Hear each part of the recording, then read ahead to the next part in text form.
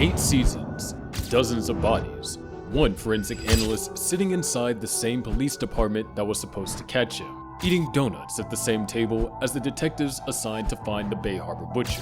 Dexter Morgan was many things: a blood spatter analyst, a father, a vigilante, a man who dragged body parts and trash bags out to the Gulf Stream on a boat registered in his own name. Smart? Without question. But here's the part that nobody ever slows down to actually map out. What kind of smart? Because Dexter was not smart in one single direction. He was smart in 7 very different, very specific ways, and each one did something different. Some saved him constantly, some almost got him killed, and one of them was actively making things worse the longer the show went on. This is a breakdown of exactly what each level of his intelligence looked like in practice, and where each one hit a hard ceiling. Level 1 starts with the thing that made the whole operation possible in the first place. Dexter's forensic training gave him an operational edge most killers could never replicate, because he learned what investigators look for by doing that job every single day. Dexter received extensive forensic science training and became one of Miami Metro's most trusted blood spatter analysts.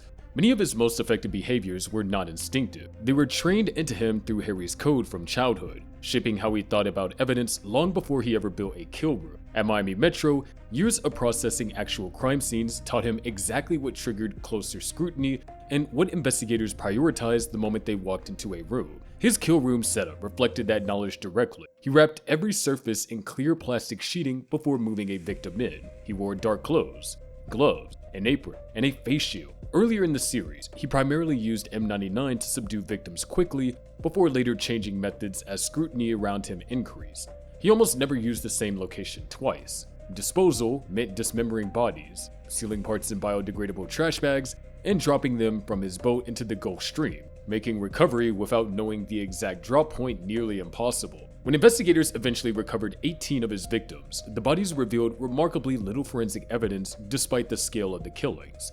That absence was not luck. It was deliberate design built on professional training. Dexter did not guess at what investigators looked for. He knew because he was one of them. His forensic knowledge shaped every operational decision he made, from target selection through disposal. This was the base layer everything else ran on top of. Level 1 was his most reliable advantage across all 8 seasons.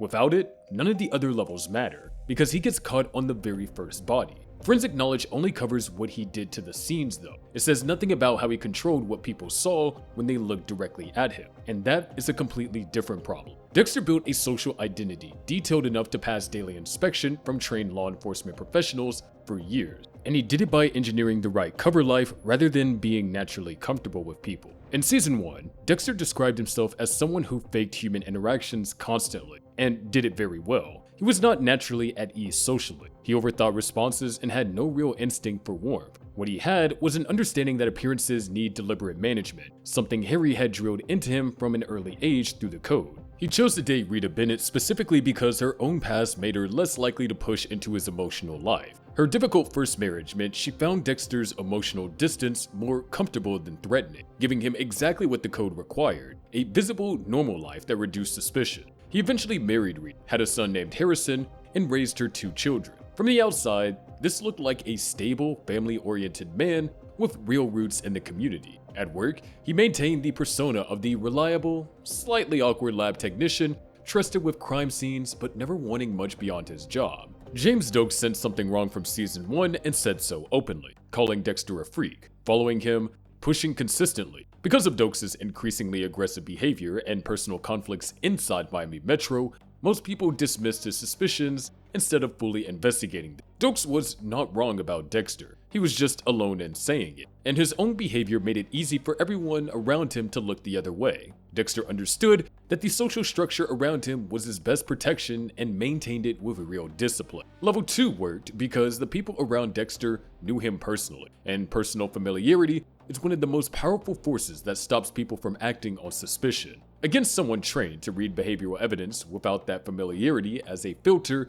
this level starts to crack. The social mask explains how Dexter looked at people inside his world. The next level explains what happened the moment the situation went sideways and he had seconds to respond. If this breakdown is already showing you a side of Dexter you have not thought about clearly before, subscribe now, because the next 4 levels are where things get genuinely complicated. When an active threat emerged, Dexter could assess it faster than the people investigated him could act. and he used that speed to stay one step ahead rather than reacting after the damage was already done. In Season 2, when the Bay Harbor Butcher investigation tightened under FBI Special Agent Frank Lundy, Dexter tracked the investigation's direction, identified Dokes as the single biggest danger, and began engineering circumstances that would shift suspicion onto Dokes instead. His blood slide box, which Dokes had taken and which ended up in FBI possession, was used to frame Dokes, because the investigation was already moving that direction. When Lundy and Captain Matthews called Dexter in and placed the box in front of him, Dexter said one word: trophies. The suspicion had already shifted enough that it landed on Dokes instead of him.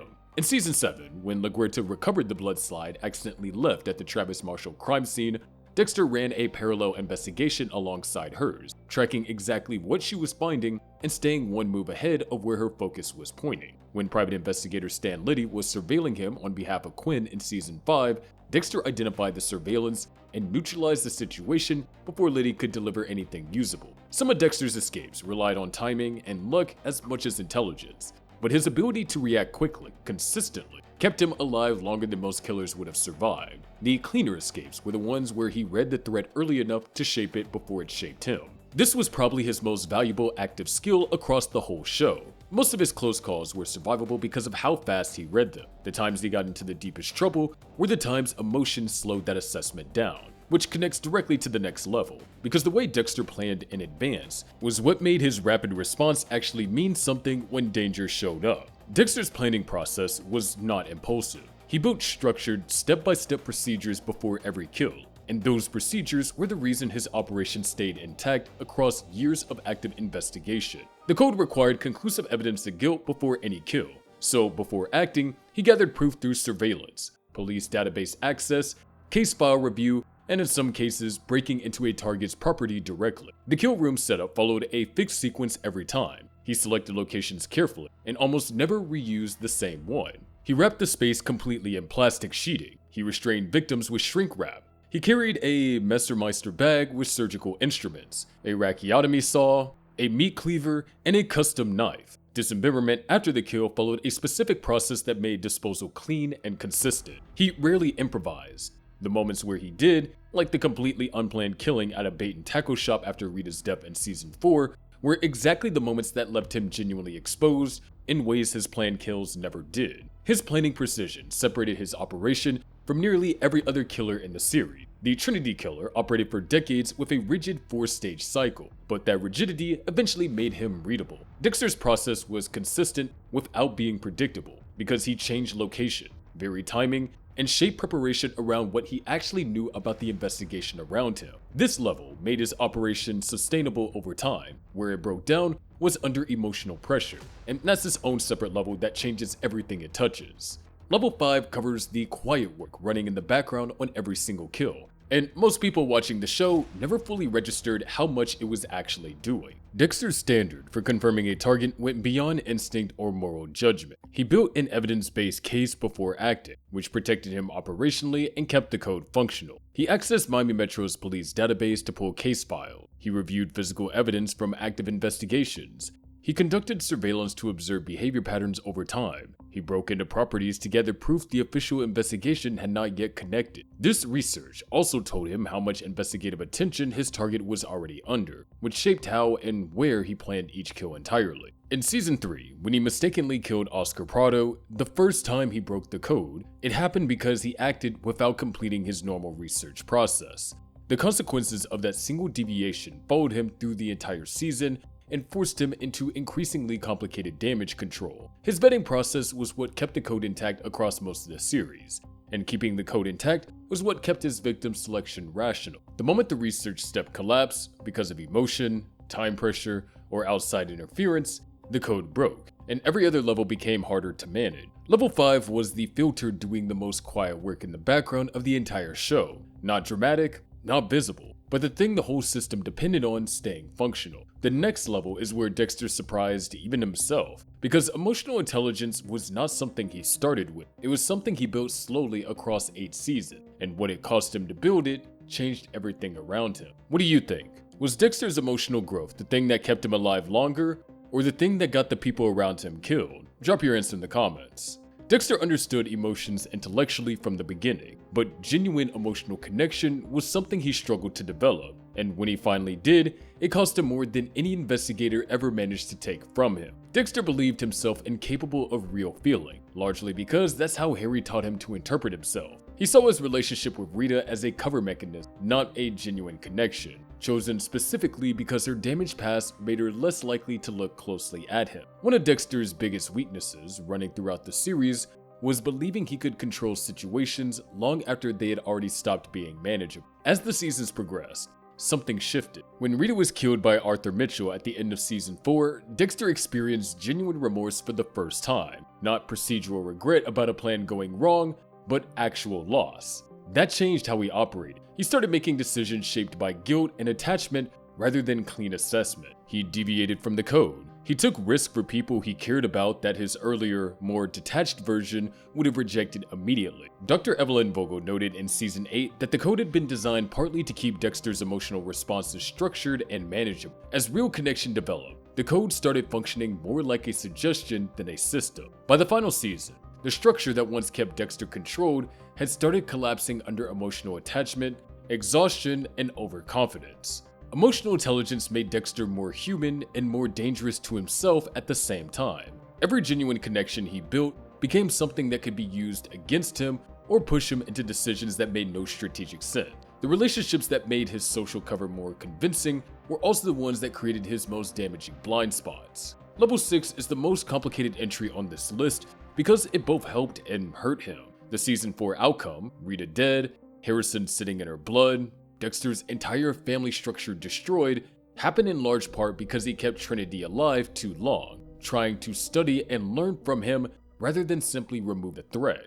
The emotional investment cost him more than any investigator ever did. What level 7 explains is how Dexter operated when all 6 levels below it were already running and something still went wrong. Because rebuilding control after a situation has already collapsed is a completely different type of intelligence from everything already covered. The highest expression of Dexter's intelligence was his ability to take a situation that had already gone sideways and rebuild a working response from whatever was left, though even this had limits he could not always see coming. The Dokes situation in season 2 is the clearest example. Dokes had caught Dexter in the act, literally witnessed him dismembering a body at the cabin in the Everglades, then locked him in a cage with physical evidence to expose him. No planning Dexter had done in advance covered this scenario. What he did was assess what the situation needed and begin working towards that outcome using whatever was immediately available. Dexter had maneuvered the situation away from himself, but Lila's decision to kill Dokes was ultimately outside of his control, and that distinction mattered. He positioned things correctly, but the outcome required someone else's choices going the right way. In season 7, running a counter-investigation alongside LaGuerta while managing his work responsibility, his relationship with Hannah McKay, and Deborah's deteriorating mental state simultaneously,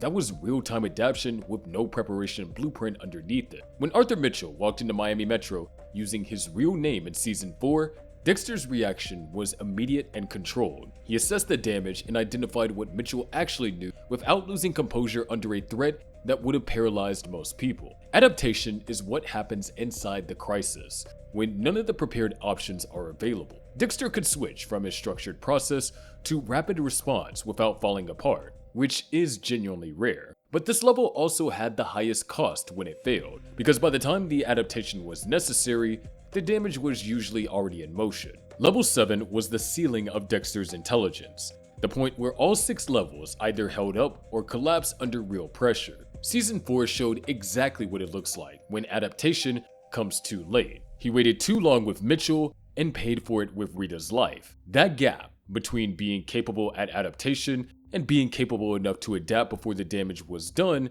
is the clearest picture of exactly how smart Dexter Morgan actually was. 7 levels, all of them real, none of them complete on their own. Forensic knowledge gave him the base. Social camouflage gave him cover. Rapid threat assessment kept him fast enough to survive close calls. Planning precision made the operation sustainable. Research and vetting kept the code functional. Emotional intelligence made him more believable and more vulnerable at the same time. and situational adaptation was what held everything together when the other 6 stopped being enough. What the 7 levels together revealed is that Dexter Morgan was not a genius operating above the world around him. He was someone with specific skills in specific areas, and the gaps between those areas were exactly where the people who almost caught him found their footing. Dokes found the gap in the social camouflage. LaGuerta found the gap between Dexter's careful planning and the emotional risk that made him improvise when pressure increased.